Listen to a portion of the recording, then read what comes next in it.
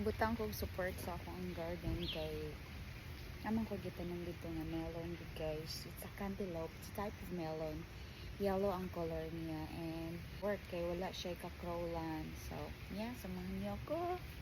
So, kaning mga kahoy nga nangahulog diri, mo ni siya ako ang gamiton nga support para sa ako ang kinang melon para dito siya makapot. So, kini siyang pangkano. Ako na siya gilabay kung ano pa naman siya. Wala na kay sundan guys. Uy. Kaya naman siguro.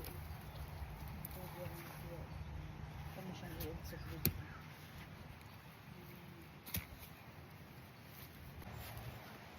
Katay ang melon.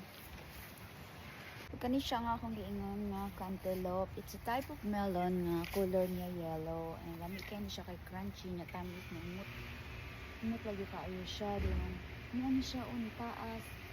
Kanilon na siya support kay namunga. So, we're gonna put something in here para siya support. So, muna siya guys, kailangan nag-support sa atong kinabuhi, no? Para mag-productive ta. Para rapod sa atong mga tanong ba. So, yeah. Gut-gut kita ginagmay guys. Ano naman dyan na ang kinabuhi? Makarelate pa sa akin.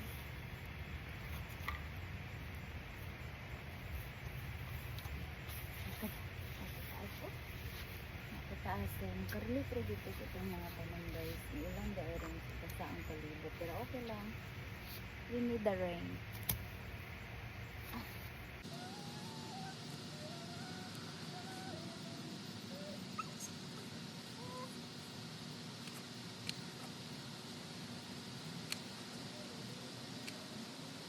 Nalagyan ko na siya. Hindi man siya perfect.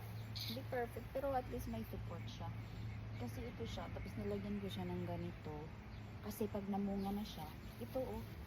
Ito tangkad niya. Pag namunga na siya. May nakita akong video din sa Facebook na ginagamit nila yung brand na hindi nila ginagamit. So mayroon ako dun.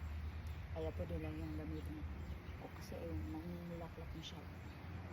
Kasi ang laki kasi ng aking sunflower dito na Mexico, naaanuhan sila, hindi sila makagapang sa ilalim kasi wala na silang sun.